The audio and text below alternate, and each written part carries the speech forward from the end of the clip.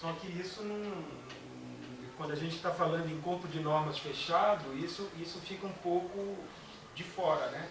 Mas é isso que está em jogo quando você pensa numa língua e nos processos de gramaticalização. E é nisso que se radicaliza numa perspectiva interacionista.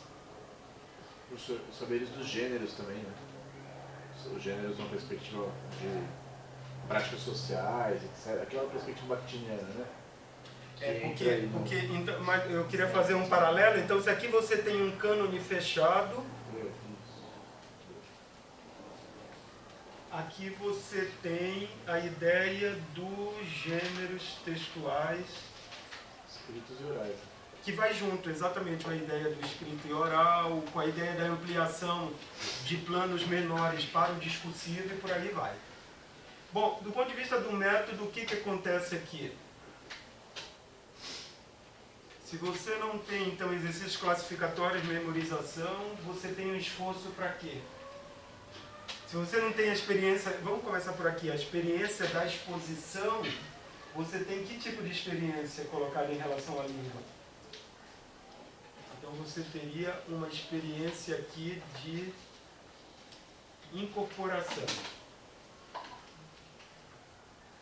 que tem a ver com o uso em situações significativas de leitura e produção.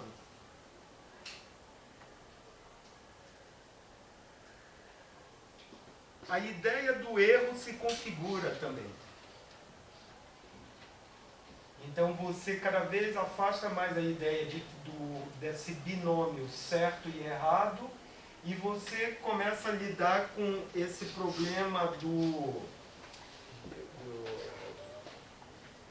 da diferença nos modos de produzir, utilizando outro termo para caracterizar isso. Você, na verdade, você não erraria. O problema não é de erro. O desvio está no meio termo, mas não foge da ideia de que existe um parâmetro. Oi, alguém falou o quê? Adequação. É a palavra-chave. Vocês vão ver essa palavra... Os funcionalistas trabalham com aquela ideia de protótipo, né? Você tem formações prototípicas e coisas que vão variando, vão se distanciando ou se aproximando do protótipo, né? Mas não é que... O protótipo também ele não é uma forma fixa, ele é mais ou menos um resultado de uma pesquisa em cima das múltiplas ocorrências daquele fenômeno. E que toma como toma como parâmetro a frequência. Também. Quer dizer, o que é mais frequente numa comunidade de falantes e tal. Que cria, é um pouco o que os estruturalistas propunham com a ideia do desvio do padrão. Mas veja que são ideias que tentam esmaecer essa ideia estanque do certo e errado e falam, então, se você tem uma variabilidade possível, essa variabilidade possível nos leva a pensar em adequação nos usos. E estou falando de usos, estou falando da incorporação. E é boa a palavra incorporação porque nela tem corpo, então... Lidar com uma língua é lidar de maneira orgânica com, produzir, né? Quer dizer, é gerar um produto num contexto vital. O Frank fica falando o tempo todo disso no texto dele. Essa ideia do contexto vital, é contexto de vida mesmo, né? Quer dizer, produzir essa relação entre língua e vida, linguagem e vida, ela é fundamental para a gente pensar nessa experiência da incorporação.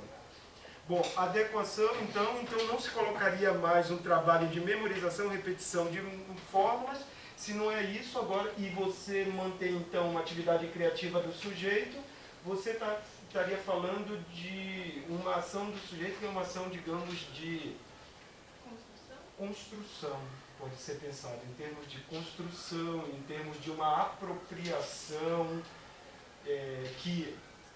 Ora pode se aproximar daquilo que é prototípico, ora pode se afastar mais, mas de algum modo você está falando, então, uma outra palavra que vem junto.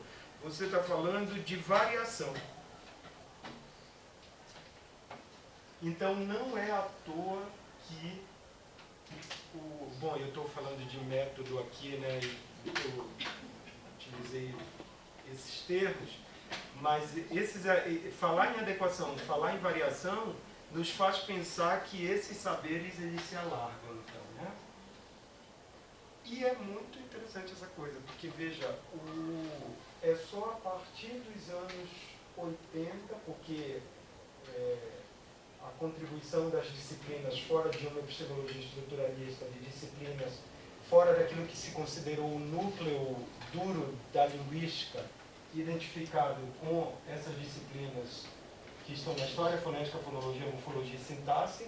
Quando você tem, na década de 60, o aparecimento daquelas chamadas linguísticas do texto e do discurso, pragmática, sociolinguística e tudo mais, a Magda Soares fala muito bem, detecta bem que o efeito do aparecimento e da emergência dessas disciplinas e do prestígio que elas vão ganhar a partir da década de 60 aparece no currículo da formação dos professores em letras só na década de 80. Porque a gente leva gerações para formar, né, o profissional. Então,